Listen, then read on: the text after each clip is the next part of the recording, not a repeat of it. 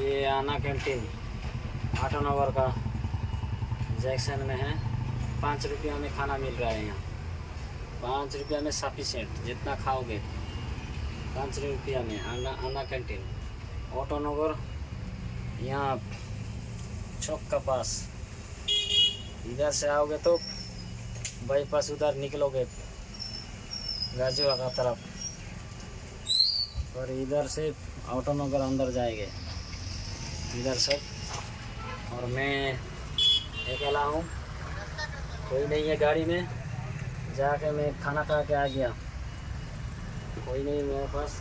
अकेला आया था गाड़ी लेने के लिए, बस अभी आना कैंटीन में गया और खाना खा लिया। वहाँ 5 रुपया दे के खाना खा लिया। कितना भीड़ दिख रहा है कि नहीं। 5 रुपया में खाना मिल रहा है भाई, मस्त खाना मिल रहा है 5 रुपया में। वहाँ जितना आप खा सकते हो।